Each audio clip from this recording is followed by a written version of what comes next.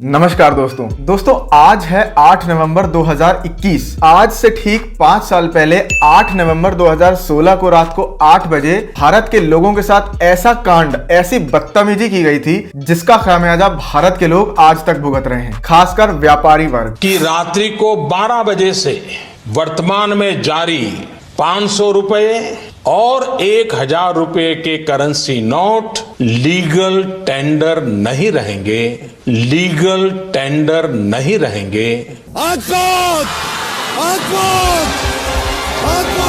मुझे क्रेडिट नहीं चाहिए। और उस कांड को नाम दिया गया था डीमोनेटाइजेशन, नोटबंदी। बहुत बड़े बड़े वादे भी किए गए थे कि नोटबंदी से आतंकवाद खत्म हो जाएगा, भ्रष्टाचार खत्म हो जाएगा, नकली नोट खत्म हो जाएंगे, नक्सलवाद खत्म हो जाएगा। 50 दिन का मोदी जी ने समय मांगा था। मैंने सिर्फ देश से 50 दिन मांगे हैं, 50। 30 दिसंबर तक मुझे मौका दीजिए मेरे भाइयों बहन। अगर 30 दिसंबर के बाद कोई मेरी कमी रह जाए, कोई मेरी गलती निकल जाए, कोई मेरा गलत इरादा निकल जाए, आप जिस चौराहे में मुझे खड़ा करेंगे, मैं खड़ा होकर के देश जो सजा करेगा वो सजा भुगतने के लिए तैयार हूं। मेरा मुंह से निकल गई, मेरी जबान टूट गई यार। अब वो 50 दिन भी निकल गए, उसके बाद 5 साल भी निकल गए। ये सब चीजें खत्म हुई है कि नहीं ये तो नहीं पता, लेकिन अगर आप इनके आंकड़े देखेंगे तो बढ़ोतरी जरूर हुई है। नोटबंदी से भारत देश को कुछ हासिल हुआ हो या ना हुआ हो, एक चीज तो कंफर्म हासिल हुई थी, वो थी एंटरटेनमेंट, मीम कंटेंट और मीम टेम्पलेट्स। कुछ पत्रकारों, लोगों और नेताओं ने इतने जबरदस्त स्टेटमेंट्स नोटबंदी के बाद दिए थे कि वो अमर ही हो गए हैं। आज भी अगर आप उन्हें सुनेंगे या देखेंगे तो आपको मजा ही आएगा। जिसमें सबसे पहले नंबर पर आते हैं बिहारी बाबू मनोज तिवारी। तो मैंने कहा कि देशभक्त है कतार में, एकदम सब सीरियस, सब मुस्कुराने लगे। हाँ।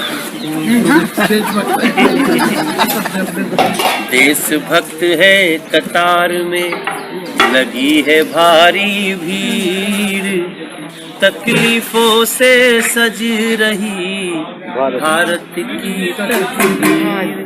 बोले हम लोग लगे रहेंगे 30 तारीख।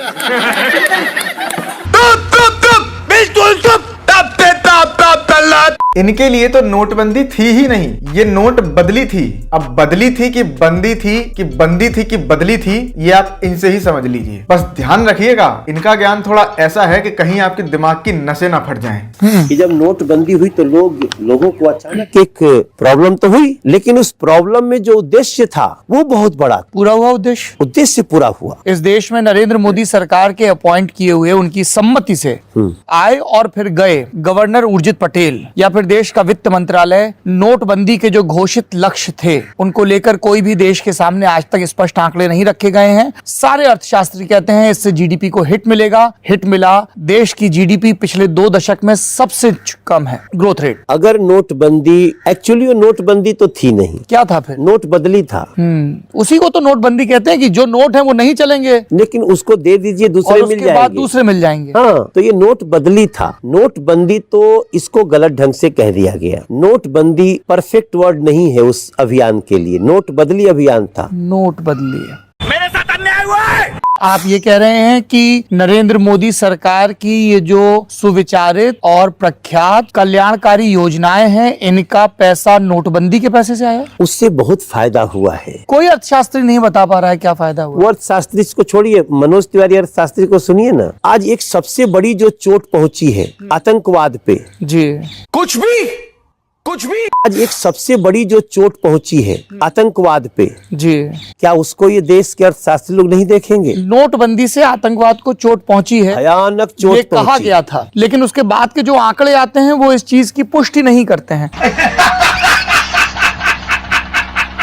दूसरे नंबर पे हमने रखा है बाबा रामदेव को। तो दूसरे नंबर पे आते हैं भारत के all time hypocrisy, दोगलापन greatest Baba Ramdev. और नकली करेंसी के माध्यम से सबसे ज्यादा इस देश का नुकसान कर रहा था पाकिस्तान, और देश में बेखौफ घूम रहे थे आतंकवादी। अबे साले, जो माफ करना, मैं जो इनके हिसाब से तो भारत की जनता से कुछ भी मनवाना हो तो बस पाकिस्तान का नाम ले लो, काम हो जाएगा। तीसरे नंबर पर आते हैं RSS ideologue S Gurumurthy. This is going to bring about a huge change, just like Pokhran brought about the changes which were unimaginable. Who would have thought America would look at India? If you had not exploded the atom bomb, they would not have looked at you.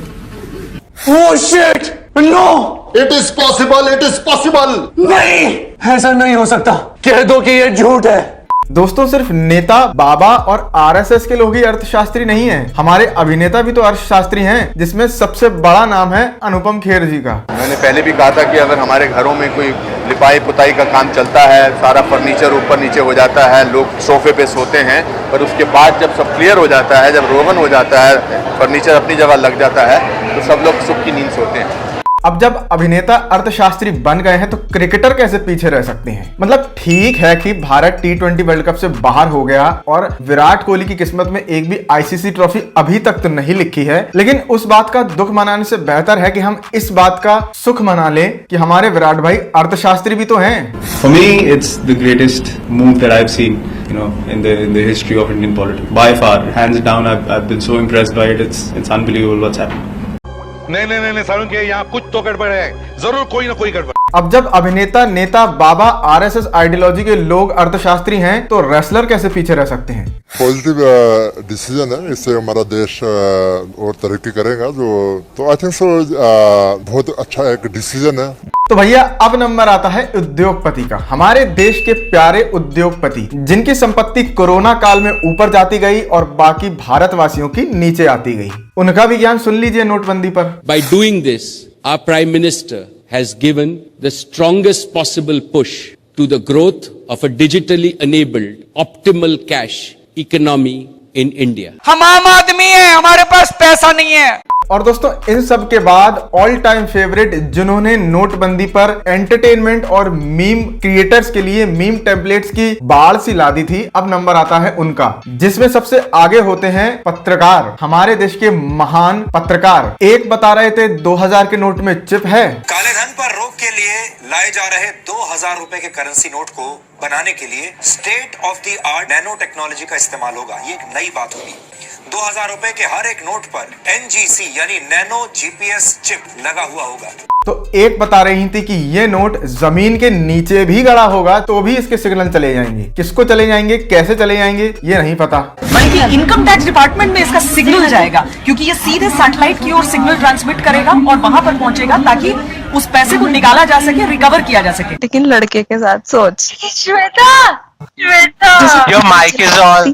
अरे भैया यहाँ जियो के signal नहीं आते, आप note के signal की बात कर रही हैं। खैर इन सब के बाद मतलब आप सोचिए कि कितना कंटेंट दिया था और एंटरटेनमेंट दिया था डीमोनेटाइजेशन यानी नोटबंदी ने। देश को क्या दिया था ये मुझे नहीं पता। इन सब के बाद नोटबंदी के समय जो आदमी सबसे ज्यादा फेमस हो गया था पूरे भारत में, अब बारी है उसकी। इस आदमी ने नोटबंदी का विश्लेषण एक शब्द में किया और इन सब से बेहतर किया। मतलब एक शब्द में नोटबंदी का जो विश्लेषण और जो मतलब इस आदमी ने बताया है, इससे अच्छा, अद्भुत, अकल्पनीय अभी तक कुछ भी नहीं है। लोग सुबह से ही लाइनों में आके खड़े जाते हैं, लोगों से बात करते हैं कि इतनी ठंड में भी लोग यहाँ खड़े हैं। ये बताइए कि ठंड बढ़ गई है, बावजूद इसका लाइनों में खड़ा होना पड़ रहा है। अरे माँ चुदी पर ही है, ठंड बता रहे हो करे। चलिए ये शायद सुनते नहीं है। अब दोस्तों जाते जाते नोटबंदी के समय के तत्कालीन वित्त मंत्री स्वर्गीय अरुण जेटली जी को भी सुन ही लीजिए। नई दुनिया है, नया दौर है, नई है उमंग। कुछ थे पहले के तरीके तो कुछ हैं आज के रंग ढंग। रोशनी आके अंधेरों से जो टकराई है, काले धन को भी बदलना पड़ा आज अपना रंग। अरुण जेटली जी की शायरी पे पकड़ बिल्कुल वैसी ही है जैसे ही मनोज तिवारी की अर्थशास्त्र पे। तो दोस्तों डीमोनेटाइजेशन से देश को और आपको क्या फायदा हुआ भी है या नहीं, ये हमें कमेंट में जरूर बताएं। रुको जरा, सबर करो। और क्या ये इस सरकार का मास्टर स्ट्रोक था या फिर आजादी के बाद किसी भी सरकार के द्वारा लिया गया सबसे वाहियात निर्णय, जिसने भारत की अर्थव्यवस्था को सालों के लिए लचर अवस्था में छोड़ दिया है। तो दोस्तों वीडियो पसंद आई हो तो वीडियो को लाइक करें, शेयर करें और चैनल को सब्सक्राइब जरूर कर लें। तो ऐसे सवालों को करने के लिए देखिए, एक तो बेसिक ट्रिक है, एक तो लाइक और शेयर ठोक दीजिए, महाकाल का लाइक और शेयर ठोक दीजिए। पूरा साल मेहनत करता हूँ आपके लिए बेटा, ऐसा नहीं चलेगा, ऐसा नहीं चलेगा।